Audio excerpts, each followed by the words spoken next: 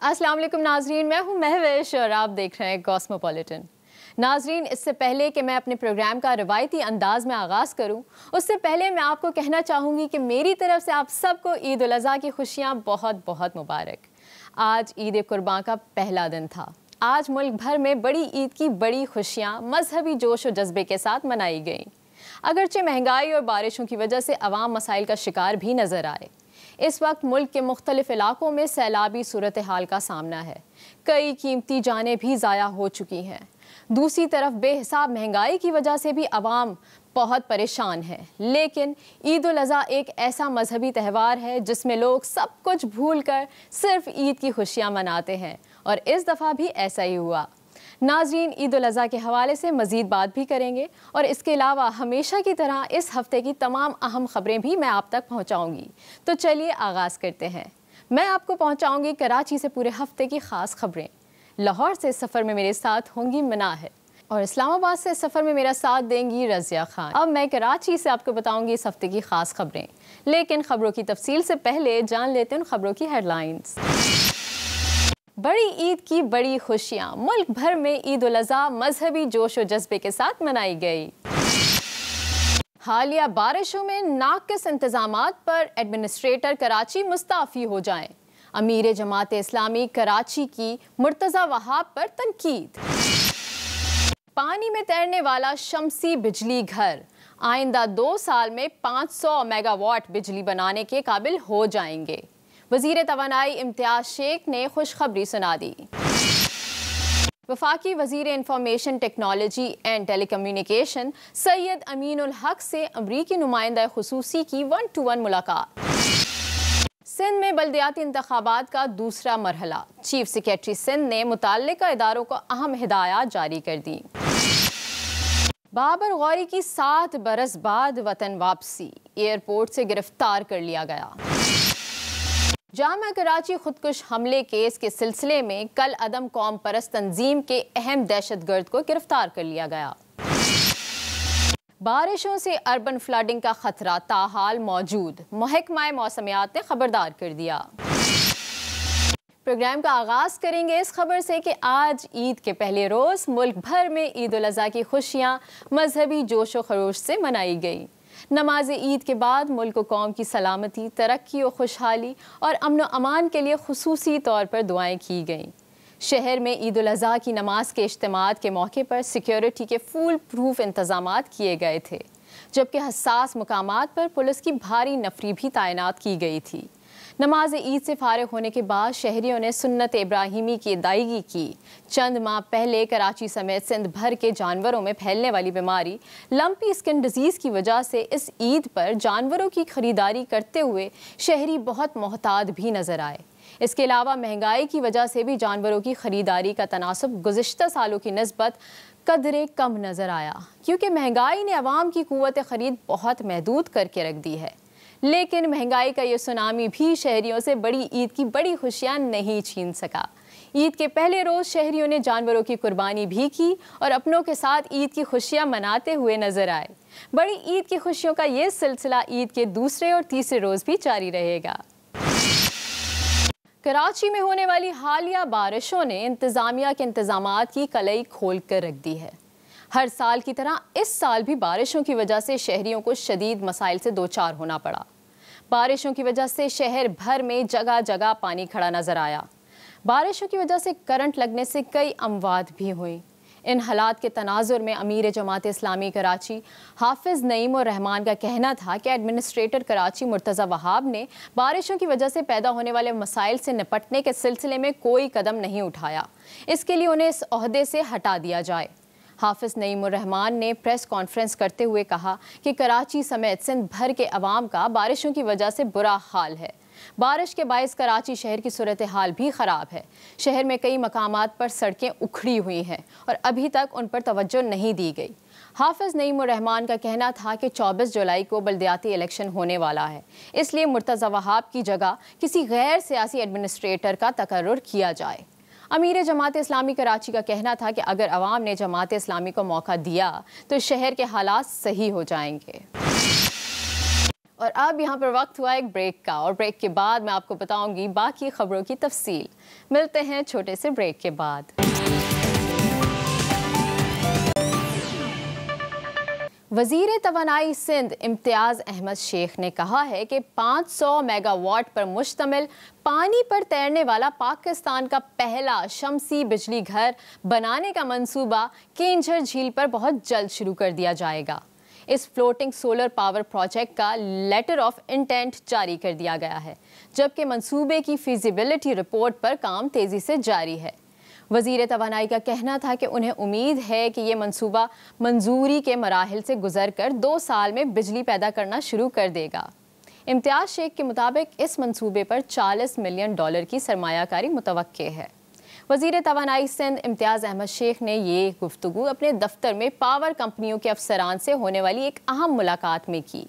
इम्तियाज़ अहमद शेख ने अफसरान को बताया कि अपनी नौइयत के पाकिस्तान के इस पहले और मुनफरद फ्लोटिंग सोलर पावर प्लांट के मंसूबे से न सिर्फ 500 मेगावाट माहौल दोस्त बिजली मुहैया होगी, बल्कि इस मंसूबे से सूबे में रोज़गार के मौके भी पैदा होंगे। इम्तियाज़ शेख का कहना था कि इस मंसूबे की बदौलत एक तरफ तो लोड शेडिंग को काबू करने में मदद मिलेगी और दूसरी तरफ केंझर झील पर सियाहत को फ़रोग़ हासिल होगा। वज़ीर तवानाई का कहना था कि मंसूबे की फीजिबिलिटी रिपोर्ट पर काम तकमील के मराहिल में है और उन्हें पूरी तवक्को है कि यह मंसूबा आइंदा 2 साल में बिजली की पैदावार शुरू कर देगा। इम्तियाज़ शेख का ये भी कहना था कि 500 मेगावाट माहौल दोस्त बिजली का ये मंसूबा सिंध हुकूमत की कामयाबियों का एक और संगे मील है। वफाकी वज़ीर information technology and telecommunication Syed Aminul हक से अमरीकी नुमाइंदा खुसूसी ने 1-to-1 मुलाकात की है। इस मुलाकात में अमरीकी नुमाइंदा खुसूसी दिलावर सैयद ने IT के शोबे में पाकिस्तान की तारीफ की और मुस्तकबिल में साथ चलने के अज़म का इजहार किया।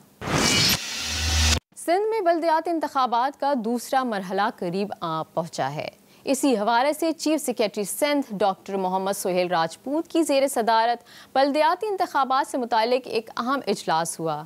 इस इजलास में सूबाई इलेक्शन कमिश्नर, सेक्रेटरी दाखिला, secretary school education, divisional commissioners और डिप्टी कमिश्नर शरीक हुए।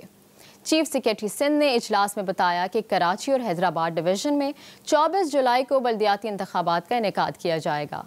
चीफ सेक्रेटरी सिंध ने तमाम डिप्टी कमिश्नर्स को हिदायत की कि इंतहाई हसास पोलिंग स्टेशंस पर CCTV कैमरे लगाए जाएं और इलेक्शन कमीशन की हिदायत के मुताबिक तमाम पोलिंग स्टेशंस पर सहूलियात फराहम की जाएं।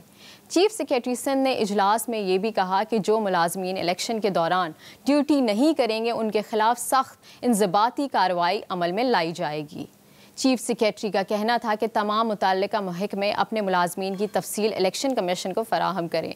चीफ सेक्रेटरी सिंध ने कमिश्नर कराची और कमिश्नर हैदराबाद को तमाम इंतजामात की निगरानी करने की हिदायत जारी की। इजलास के दौरान सूबाई इलेक्शन कमिश्नर एजाज अनवर चौहान ने शुरका को बताया कि कराची और हैदराबाद के 16 अजला में 9,848 पोलिंग स्टेशंस होंगे। सूबाई इलेक्शन कमिश्नर का ये भी कहना था कि इंतखाबात के दौरान कोड ऑफ कंडक्ट की खिलाफ वर्जी किसी सूरत में बर्दाश्त नहीं की जाएगी। MQM के रहनुमा और साबिक वफाकी वज़ीर बाबर गौरी, जो तवील अरसे से बैरून मुल्क मुकीम थे, इस हफ्ते जब कराची एयरपोर्ट पर पहुंचे तो उन्हें एयरपोर्ट से गिरफ्तार कर लिया गया। पुलिस ने उन्हें इश्तियाल अंगेज तकरीर के मुकदमे में गिरफ्तार किया। गिरफ्तारी के बाद पुलिस ने बाबर गौरी को अदालत में पेश किया। पेशी के दौरान पुलिस ने अदालत को बताया कि मुकदमे के मफरूर मुलजिम बाबर गौरी पर इश्तियाल अंगेज तकरीर पर तालियां बजाने का इल्ज़ाम है। दौरान समात वकील शब्बीर शाह ने अदालत को बताया कि जमानत हासिल करने के बावजूद भी बाबर गौरी को गिरफ्तार किया गया। बाबर गौरी ने नैब रेफरेंस में हिफाजती जमानत हासिल कर रखी थी, जिस पर अदालत ने नैब और FIA को बाबर गौरी को गिरफ्तार करने से रोक दिया। अदालत ने नैब रेफरेंस और मनी लॉन्ड्रिंग केस में बाबर गौरी की हिफाजती जमानत में 9 दिन की तौसीह कर दी। अदालत ने बाबर गौरी को 9 दिन के अंदर ट्रायल कोर्ट से रुजू करने की भी हिदायत कर दी। पुलिस ने इश्तियाल अंगेज तकरीर के मुकदमे में 12 जुलाई तक बाबर गौरी का रिमांड हासिल कर लिया है। अपने नाज़रीन को बताती चलूँ कि साबिक वफाकी वज़ीर बराए port and shipping Babar Ghauri 2015 से बैरून मुल्क मुकीम थे और 7 साल बाद वतन वापस आए हैं। कानून नाफिज करने वाले इदारों ने जामिया कराची खुदकुश हमले केस के सिलसिले में कल अदम कौम परस्त तंजीम के अहम दहशतगर्द को गिरफ्तार कर लिया। ज़राए के मुताबिक गिरफ्तार दहशतगर्द का राब्ता जामिया कराची में खुदकुश हमला करने वाली खातून के शौहर से था। ज़राए का ये भी कहना है कि गिरफ्तार दहशतगर्द बलूचिस्तान में सिक्योरिटी फोर्सेस को निशाना बनाने के अलावा गुलबई में चीनी इंजीनियर्स को भी फायरिंग का निशाना बनाने में मुलव्वस रहा है। गिरफ्तार दहशतगर्द ने बारूदी मवाद और बम बनाने की तरबियत भी हासिल की हुई है। दहशतगर्द की गिरफ्तारी के बाद प्रेस कॉन्फ्रेंस करते हुए वज़ीर इत्तलात सिंध शर्जील इनाम मेमन का कहना था कि कराची यूनिवर्सिटी में होने वाले खुदकुश हमले की तमाम इदारों ने मिलकर तफ्तीश की। इस हमले में मुलव्वस चौथे दहशतगर्द की शनाख्त करने के बाद उसे गिरफ्तार कर लिया गया है। शर्जील मेमन का कहना था कि कल अदम BLA ने हमले की जिम्मेदारी कबूल की थी, जिसके बाद कल अदम BLA के कमांडर को कार्रवाई के बाद कराची से गिरफ्तार किया गया है। दहशतगर्द को अदालत में पेश किया गया। अदालत ने BLA कराची के कमांडर और दहशतगर्दी के संगीन मुकदमात में मुलव्वस मुल्जिम दाद बख्श को 16 जुलाई तक जिस्मानी रिमांड पर CTD पुलिस के हवाले कर दिया है। कराची में होने वाली हालिया बारिशों में शहरियों को उसी तरह मसाइल का सामना करना पड़ा जैसा कि हर साल शहरियों को करना पड़ता है। हालांकि महकमा मौसमियात इन बारिशों की पेशगोई काफ़ी दिन पहले कर चुका था, लेकिन हुक्काम ने रिवायती सुस्ती का मुजाहरा किया। महकमा मौसमियात के मुताबिक बारिश का एक ताकतवर सिस्टम ताहाल मौजूद है और ये ताकतवर सिस्टम नशेबी इलाकों में अर्बन फ्लडिंग का सबब बन सकता है। हालिया बारिशों से पैदा होने वाले मसाइल के पेश नज़र बल्दियाती इदारों के अलावा कराची कैंटोनमेंट बोर्ड का अमला भी हरकत में आ गया है। कराची कैंटोनमेंट बोर्ड ने अपने इलाकों में मौजूद नालों की सफाई का काम शुरू कर दिया है। सदर के इलाके में नाले की सफाई के मौके पर कैंटोनमेंट हुक्काम का कहना था कि हमारी पूरी कोशिश है कि नालों की सफाई का काम जल्द मुकम्मल कर लिया जाए। कैंटोनमेंट हुक्काम का ये भी कहना था कि बारिश के दौरान भी हमारी टीमें अलर्ट रहेंगी। जहां भी ज़रूरत हो कि मुतल्लिका टीमें अपनी जिम्मेदारियां अंजाम देंगी। जी तो नाज़रीन, मैंने कराची से हफ्ते भर की अहम खबरें आप तक पहुंचा दी और अब यहां पर लेते हैं एक ब्रेक और ब्रेक के बाद लाहौर से मनाहिल आपको बताएंगी ख़ास खबरों की तफसील। मिलते हैं ब्रेक के बाद।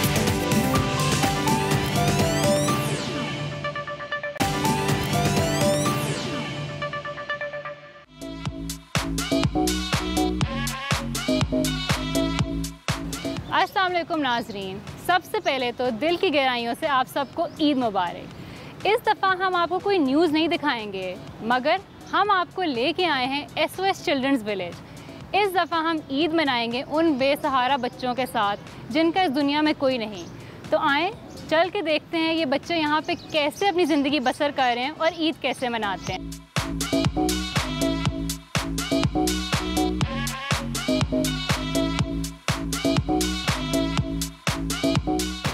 ये आपके लिए।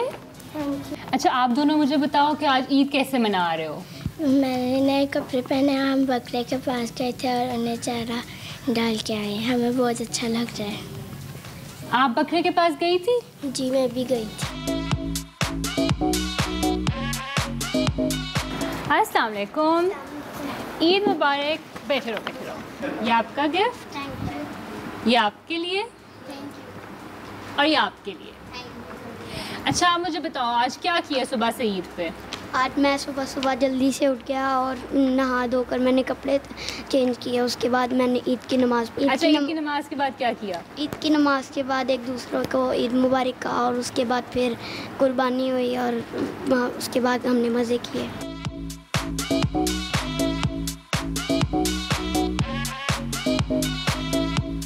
हमारे साथ आज मौजूद हैं सबा फैसल, जो कि SOS की नेशनल डायरेक्टर हैं। अस्सलाम वालेकुम मैम। जी वालेकुम सलाम। सबसे पहले बहुत थैंक यू, आपने हमारे लिए टाइम निकाला ईद पे, और आपको बहुत ईद मुबारक। आई होप आप लोग SOS में बहुत ज़ोरों शोर से ईद मना रहे हैं। बहुत शुक्रिया। हम SOS में बड़े ज़ोरों शोर से ही ईद मना रहे हैं। हमारे बच्चे अपने जानवरों के साथ ज़बरदस्त टाइम गुजार रहे हैं, उनको डेकोरेट कर रहे हैं और उनको चारा वगैरह दे रहे हैं। सो यस, वो बॉन्डिंग जो हो रही है वो डेफिनेटली है। अच्छा मैम, तो थोड़ा सा हमें SOS विलेजेस के मॉडल के बारे में बताएं। जी, SOS विलेजेस का मॉडल बहुत सिंपल है। बेसिकली हम SOS विलेजेस में 8 से 10 से 15 घर होते हैं हमारे। हम इसको ऑर्फनेज नहीं कहते, हम कहते हैं a loving home for every child, which means कि हर एक घर में, एक यूनिट में 8 से 10 बच्चे होते हैं और उसमें हम एक हेड ऑफ हाउस होल्ड जो होती हैं वो मदर होती हैं। आप लोग SOS में एक बच्चे को अंदराज कैसे करते हैं? क्या कोई फैमिली बैकग्राउंड देखा जाता है या क्या? जी, हमारा जो एडमिशन क्राइटेरिया बहुत सिंपल है। सबसे पहले तो जैसे कि आपको मालूम है, हम कहते हैं ऑर्फन एंड अबैंडन चिल्ड्रन। जितने भी यतीम बच्चे हमारे पास आते हैं, जब मैं यतीम कहती हूँ तो उसका मतलब यही है कि माँ बाप दोनों पास अवे हो गए हों या इवन अगर फादर पास अवे हो गए हों। होता ये है ज़्यादातर कि उनकी एक्सटेंडेड फैमिलीज़ बच्चे हमारे पास लेके आते हैं। जो भी प्रॉपर डॉक्यूमेंटेशन होती है उसके मुताबिक हमारी टीम जो है वो कई दफ़ा साइट पे जाके उनके घरों में जाके चेक करती हैं और फिर उन बच्चों को हम एडमिट कर लेते हैं हमारा जो इंदराज का कायदा है उसके मुताबिक। लेकिन उसके अलावा कुछ कैटेगरीज़ हैं जिनको हम सोशल ऑर्फन्स कहते हैं। ये वो बच्चे हैं जिनका एक माँ या बाप ज़रूर होता है। उसके अलावा एक और कैटेगरी है जो हमारे पास कई दफ़ा हस्पताल से बच्चे आ जाते हैं जो अबैंडन हुए होते हैं, वो हमें देते हैं। या कई दफ़ा कोर्ट्स हमें किसी वजह से पुलिस को कोई बच्चा मिला है और वो नहीं पता चल रहा कहाँ से क्या बैकग्राउंड है, तो वो भी एक कैटेगरी हमारे पास बच्चे आते हैं। ठीक है। अच्छा मैम, मुझे ये बताएं कि जो बच्चे आपकी ज़ेर निगरानी आते हैं आप उनकी देखभाल कैसे करते हैं? अच्छा मिनाहिल, ये बड़ा इंटरेस्टिंग क्वेश्चन है और अक्सर हमारे डोनर्स और स्पॉन्सर्स भी ये चीज़ पूछते हैं, क्योंकि ज़ाहिरी बात है एक बच्चा एक नई एनवायरनमेंट में आ रहा होता है और उसके लिए एक एडल्ट के लिए मुश्किल होता है ये इस चीज़ को करना, लेकिन एक बच्चे के लिए, और वो भी एक ऐसी बैकग्राउंड से आ रहा हो जिसमें थोड़ा सा ट्रॉमा हो या कोई उसके साथ कोई उसकी बैकग्राउंड में इश्यूज़ हो, तो मुश्किल होता है। लेकिन आई मस्ट गिव क्रेडिट, हमारी जो टीम है, हमारी ऑफिस में हमारी विलेज डायरेक्टर्स हैं, हमारी मदर्स हैं, हमारी सुपरवाइजर्स हैं, बहुत ही फ्रेंडली, बहुत ही प्यार का माहौल हम देते हैं उनको। जिस घर में उनको रखा जाता है उस घर में ऑलरेडी बच्चे होते हैं और वो बहुत वेलकम करते हैं बच्चों को। उनको बिल्कुल ऐसा नहीं लगता कि वो नई जगह आए हैं। मैम अब ये बताएं कि बहुत से ऐसे लोग हैं जो बच्चों की कफ़ालत करना चाहते हैं, उसका क्या तरीक़ाकार है?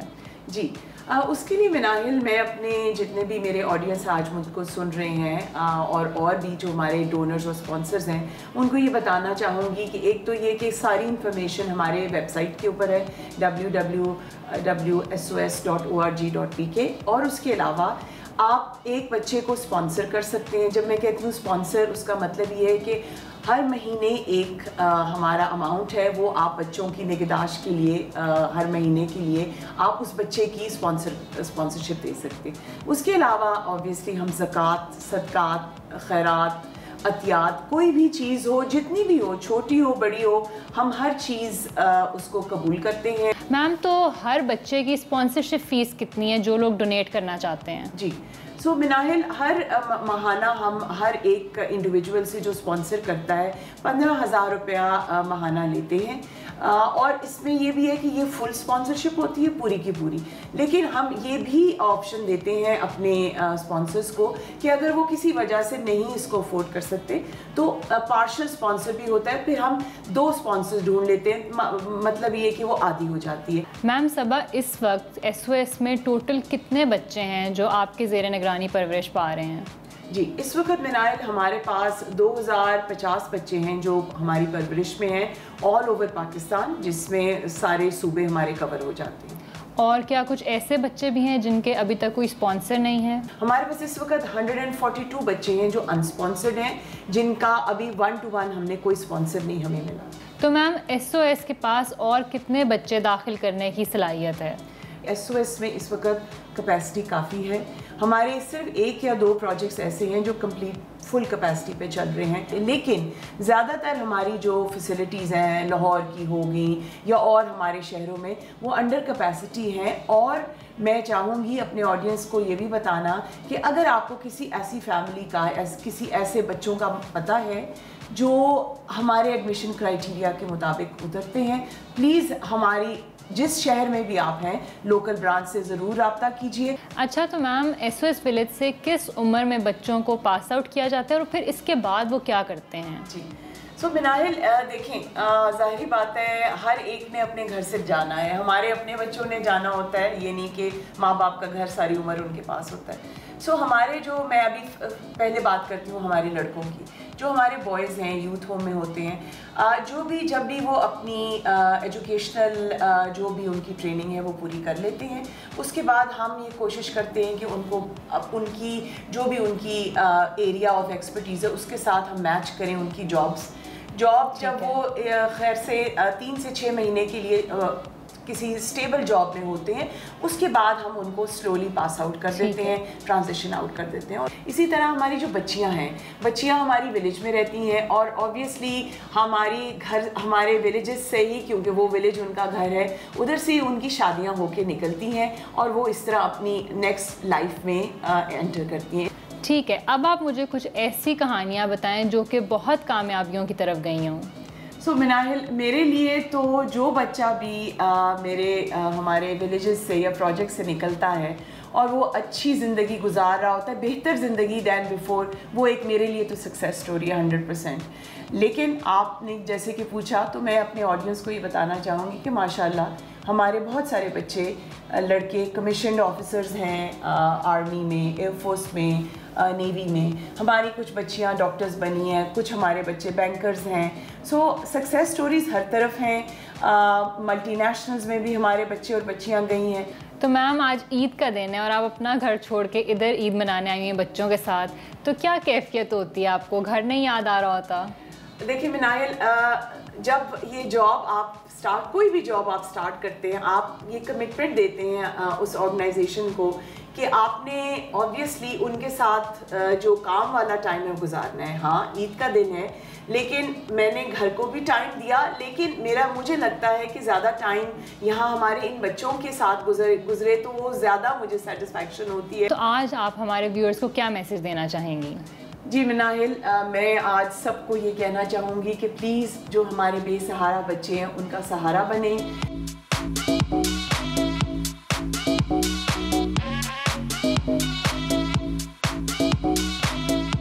अस्सलाम वालेकुम, ईद मुबारक आप सबको।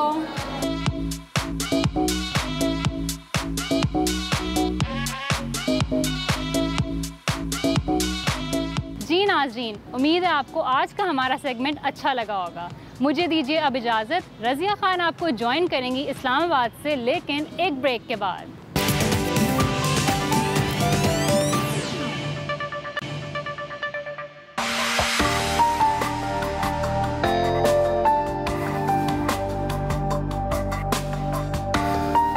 शुक्रिया महविश। अस्सलाम वालेकुम नाजरीन। ईद के पहले रोज़ सब अपने घरों में अपने प्यारों के साथ ईद की खुशियाँ मना रहे हैं। कहीं पर पकवान पक रहे हैं तो कहीं अपने प्यारों के साथ बैठकर उन पकवान का मज़ा दोबाला कर देते हैं। अगर सबकी गैदरिंग हो, सब रिश्तेदार, बहन भाई, माँ बाप सब इकट्ठे हों। लेकिन आप सोचें, अगर आपकी कोई ईद ऐसी गुजरे जिसमें आपके अपने प्यारे आपके साथ मौजूद नहीं हैं। यही वजह है कि हम आप लोगों को वो तासुरात और वो फीलिंग्स दिखाने के लिए हम यहाँ पर भी इस्लामाबाद एडी सेंटर जो है यहाँ पर मौजूद हैं। कितने ही यहाँ पर बच्चे हैं, बड़े हैं, जो अपने प्यारों के बगैर एक ईद नहीं हर साल अपनी ईदें ऐसे ही मनाते हैं। इस वक्त हमारे साथ जो ईदी होम इस्लामाबाद के जो रीजनल हेड हैं शकील अहमद साहब, वो मौजूद हैं। इनसे बात करते हैं और इनसे उनके तासुरात जानते हैं कि ये ख़ुद अपनी जो ईद है वो अपने प्यारों के साथ मनाते हैं, या जो इतने सारे बच्चे यहाँ पर मौजूद हैं, बड़े मौजूद हैं, लापता बच्चे हैं कुछ ऐसे, और कुछ ऐसे हैं जिनको उनके वालिदैन ने कभी कबूल ही नहीं किया। उनकी पैदाइश के पहले रोज़ से वो यहाँ पर मौजूद हैं और इन्हीं की निगरानी में दिया हुआ है। उनके साथ ये ईद मनाते हैं और उन बच्चों को देखकर इनके जज्बात क्या होते हैं। अस्सलाम वालेकुम शकील साहब। वालेकुम सलाम। कैसे हैं आप? जी शुक्र अल्लाह का। ईद, मुझे ये बताएं कि ईद ख़ास तौर पे ऐसा त्यौहार होता है जब ख़ास तौर पे आपका दिल होता है कि आप अपने प्यारों के साथ सेलिब्रेट करें। जी। तो आप अपनी ईद कैसे गुजारते हैं, और ख़ास तौर पे ये जो सारे बच्चे यहाँ पर मौजूद हैं, तादाद क्या है, और हर साल ईद वाले दिन यहाँ पर कैसा समा होता है? देखें, जो घर में बच्चों का माँ बाप हों, उनके रिश्तेदार, मामू चाचा हों, उनके साथ ईद का और मज़ा होता है। लेकिन मैं पहले स्टार्ट अपनी ईद से करता हूँ कि 12 ईदें हो गई हैं छोटी और 12 ईदें बड़ी, यानी 12 साल से मैं बतौर इंचार्ज यहाँ पर ईदी होम में अपनी खिदमत सर अंजाम दे रहा हूँ। और तकरीबन 12 ईदें हो गई हैं कि मैंने अपने घर में, अपने मोहल्ले में नमाज नहीं पढ़ी ईद की। मैं यहाँ ईदी होम के अहाते में आके इन बच्चों के साथ ईद करता हूँ। मेरे 3 बच्चे हैं, लेकिन माशाल्लाह वो बड़े हैं। उनकी वालदा है, तो बस इन बच्चों के साथ मेरी ज़िंदगी की रूटीन बन गई है कि जब तक मैं हूँ तो इन्हीं बच्चों के साथ मैं ईद करूँगा। ईद वाला दिन कैसा गुजरता है? सुबह से शाम बड़ी ख़ास तौर पर क़ुरबानी की ईद होती है, उसमें बच्चों की भी वही ख्वाहिशें होंगी, बकरा ज़िबा करना, बड़ा जानवर ज़िबा करना, फिर वो पकवान की फरमाइशें होती होंगी, तो वो सारा दिन ईदी सेंटर में वो ईद कैसी गुजरती है? छोटी ईद पे तो मैं बच्चों के साथ बिल्कुल घुल मिल जाता हूँ, क्योंकि कुर्बानी का तो काम नहीं होता, मैं बच्चों के साथ ही होता हूँ। लेकिन कुर्बानी की ईद में मैं थोड़ा सा वो कसाईयों के साथ, आपने देखा होगा बाहर बड़े जानवर और बकरे ज़बा हो रहे हैं, उनको भी देखना है। जो हमारी अटेंडेंट फ़ीमेल हैं वो इनसे पूछ लेती हैं क्या गोश्त में खाना है, क्या पकाना है, तो ये शाम तक बच्चे गोश्त से रज जाते हैं। तो फिर यहाँ पर भी हम अपना बंदोबस्त करते हैं, कोई मीठे का, मिठाई वगैरह। बस ये बच्चे ज़्यादा ये जो जानवर हैं ज़बा होते हुए देख के खुश हो जाते हैं। बाज़ बच्चे थोड़ा परेशान हो जाते हैं, जो परेशान हो जाते हैं उन बच्चों को हम उस तरफ नहीं जाने देते। हम सबके जहनों में एक सवाल गर्दिश करता है कि जब एदी साहब की वफ़ात हुई और बिल्किस ईदी साहिबा की, तो उसके बाद क्या एदी होम जो हैं वो मुतासिर हुए फंडिंग के लिहाज से, या लोगों का इस पर जो एक ट्रस्ट था, क्या उस हवाले से कभी आप लोगों को कोई मुश्किलात पेश आईं? नहीं, मैं ये नहीं कह सकता, क्योंकि यहाँ की ईदी होम इस्लामाबाद की डोनेशन पहले से बहुत ज़्यादा हो गई है। लेकिन फैसल ईदी साहब जो हैं वो कहते हैं मजमूई तौर पर कम हो गई है। मैं कहता हूँ कि पहले से ज़्यादा बेहतर तरीके से चल रहा है। पाकिस्तान में 588 फाउंडेशन है, एबनॉर्मल्स ख़वातीन और मर्द को कोई भी नहीं लेता। ईदी फाउंडेशन लेता है, उनकी कफ़ालत करता है उनका, हत्ता कि मैं ख़ुद उनको लेकर जाता हूँ हॉस्पिटल कि जो उनका मुमकिन इलाज हो सके, ताकि वो ज़िंदगी के जो दिन हैं वो बेहतर तरीके से गुजार सकें। अच्छा शकील साहब, ये जो ईदी फाउंडेशन है, ये वाहिद मेरा ख्याल है कि फ़लाही इदारा है जो हुकूमत की तरफ कभी भी नहीं देखता, हुकूमत की सरपरस्ती का मोहताज नहीं है। अगर देखा जाए, आपकी कोई अपील हुकूमत से नहीं होती, किसी भी फंडिंग के हवाले से या और कोई मुश्किलात होती हैं, तो आप लोग खुद ही आपस में मिलजुल कर हल करते हैं, और मेरा ख्याल है लोग आपका बड़ा बढ़ चढ़ के हिस्सा लेते हैं इस फ़लाही कामों में। लेकिन कोई ऐसी मुश्किल, कोई ऐसा वाक़या आपको याद हो जो आपको बहुत मुश्किल का सामना करना पड़ा हो? बहुत टाइम ऐसी मुश्किलात बन जाती हैं, जैसे हमारा बिल बहुत ज़्यादा आ जाए। जैसे पानी का बिल आ गया था अभी हमारा 8 महीने का बिल हमारा 10 लाख रुपए आ गया था। चीफ़ कमिश्नर, डिप्टी कमिश्नर साहब से मिला, चेयरमैन CDS साहब से मिला। जब उन्होंने देखा कि मैंने उनको बताया कि हम ये पानी का ज़्यादा इस्तेमाल लावारिस मैयतों के गुस्ल पर इस्तेमाल होता है, तो क्यों हमें इतना परेशान किया जा रहा है कि हमारे फ़ंड भी कम हैं, लोगों की महंगाई की वजह से फ़ंडिंग कम हो रही है। तो उन्होंने मेरी दरख्वास्त पर अमल किया, तो वही 2.5 लाख रुपया उन्होंने कर दिया। तो इस तरह मुश्किलात आती रहती हैं, तो कर लेते हैं। पुलिस हमारे साथ ताउन करती है, आर्मी हमारे साथ ताउन करती है, तो ऐसी कभी बड़ी मसला पैदा नहीं हुआ यहाँ पर। जैसा कि शकील साहब की आप लोगों ने बातें सुनी कि जहाँ पर मुश्किलात हैं वहीं पर आसानियाँ भी हैं, लेकिन बच्चे ख़ास तौर पे जो ईद के लिए बड़े एक्साइटेड होते हैं, हर घर में जो बच्चे हैं उनको ख़ास तौर पे छोटी ईद हो तो ईदी का इंतज़ार, और अगर बड़ी ईद है तो गोश्त का इंतज़ार रहता है। ईदी होम्स के बच्चों से मिल के बात करते हैं कि उनकी आज की ईद कैसी गुजरी और कौन कौन से ऐसे पकवान हैं जो उन्होंने खाए और उनके बहुत पसंदीदा हैं।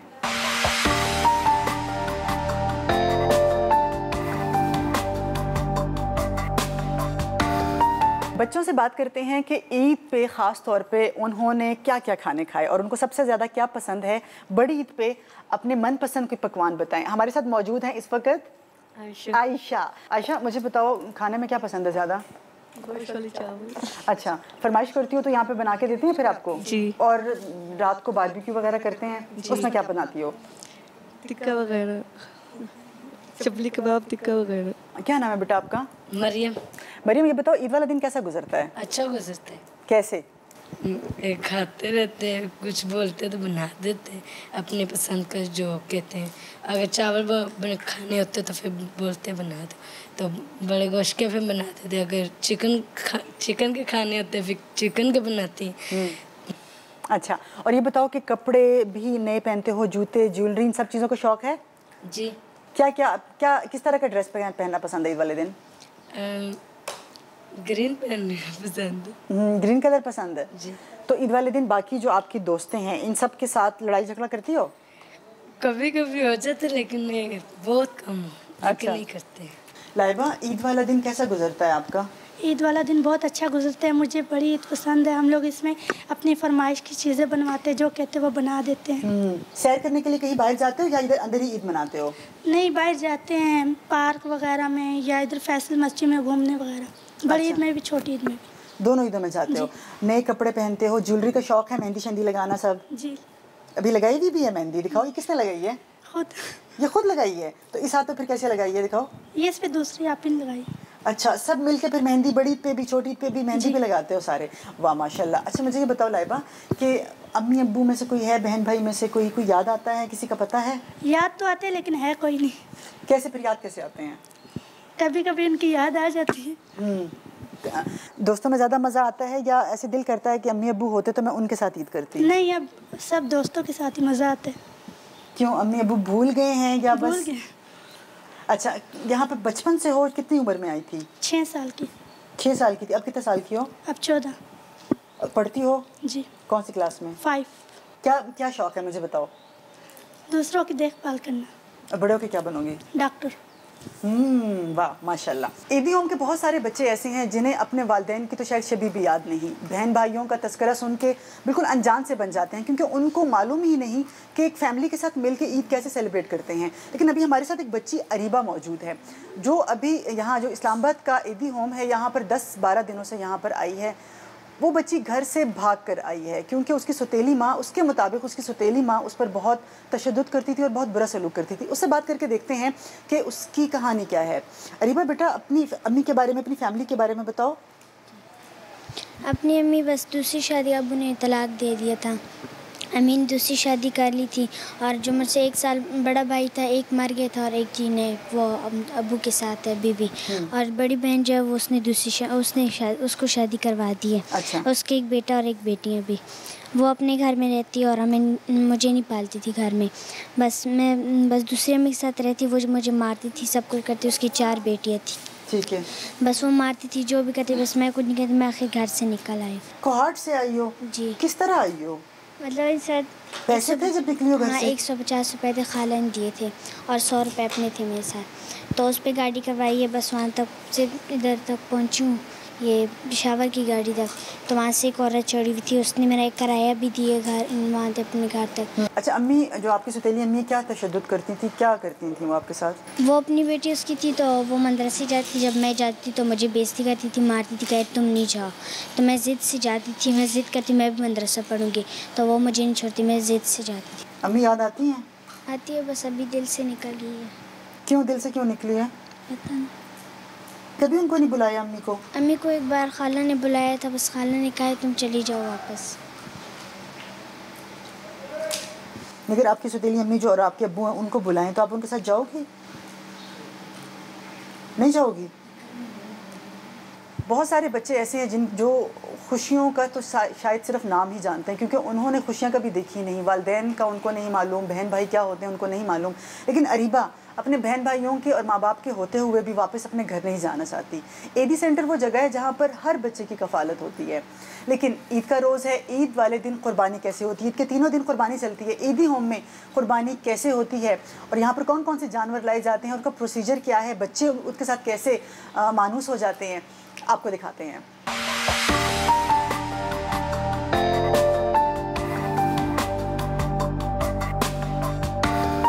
अच्छा, इस वक्त हम यहाँ पर मौजूद है जहाँ पर कुर्बानी के जानवर सारे जमा होते हैं। शकील साहब से बात करते हैं कि कुर्बानी के जानवर ख़रीदने का और इनकी कुर्बानी का क्या तरीक़ाकार होता है। अहमद ईदी साहब जो ईदी साहब के नवासे हैं, उन्होंने ख़रीदे हैं बहावलपुर से, और ये डोनर्स ने जो पैसे दिए हैं उसमें 11-12 किलो गोश्त निकलता है, तो 4 किलो गोश्त हम उनको दे देते हैं जो गरीबों का, रिश्तेदारों का हिस्सा है, ताकि उनका भी जो हिस्सा बनता है वो उन तक पहुंच जाए। लेकिन क्या आप लोग इज्तिमाई कुर्बानी में हिस्से डालते हैं? क्योंकि मैंने सुना था कि जो बाहर जिन लोगों ने हिस्सा डालना हो वो आपके साथ इन कुर्बानी में हिस्सा, जैसे एक गाय में, बैल में 7 हिस्से होते हैं, तो वो हिस्सा डाल के आपके साथ कुर्बानी में शामिल होते हैं, ऐसा कुछ है? जी, ये हिस्सा डाला हुआ है। जैसे बकरे का रेट है 16,000 रुपया, तो उसमें 4 किलो उनको गोश्त मिलेगा, जो बाकी 8 किलो गोश्त है वो हम गरीब इलाकों में गरीबों में बांटेंगे। और कुर्बानी का तरीका क्या होता है कि यहीं पर लाके यहीं से डिस्ट्रीब्यूट कैसे करते हैं? बाहर वो जो आपने देखा है बाहर ज़बा हो रहे हैं और हमारे जो वर्कर हैं थैलियाँ बना कर वो पर्ची लेकर आते हैं, 1 नंबर डोनेशन रसीद, और उनको हम 4 किलो गोश्त देते हैं। ठीक है, बहुत शुक्रिया शकील साहब आपका। ईद का दिन ख़ास तौर पे ऐसा होता है जो अपने प्यारों के साथ गुजारा जाता है, लेकिन आप लोग सोचें कि ऐसे बच्चे जिनके ना वालिदैन हैं ना बहन भाई हैं और वो अपने जो दोस्त हैं यहीं पर जो उन्होंने दोस्त बना लिए हैं, शकील साहब को अपना वालिद तस्वुर करते हैं, इन लोगों के साथ ईद मनाते हैं। तो ख़ास तौर पर आप लोग भी जब अपने घरों में ईद मना रहे हो, ईद की खुशियाँ मना रहे हो, तो ईदी होम के बच्चे जो हैं इनको कभी मत भूलें, इनके साथ भी आके कभी वक्त गुजारें, इनके साथ ईद मना के ना सिर्फ ईद का मज़ा दुबाला करें बल्कि सवाब भी दुगना कमाएं। ये था इस हफ्ते का कॉस्मोपॉलिटन। ईद के हवाले से खुसूसी शो हमने आपको दिखाया। अपनी मेज़बान रज़िया खान को दीजिए इजाज़त। अल्लाह हाफ़िज़।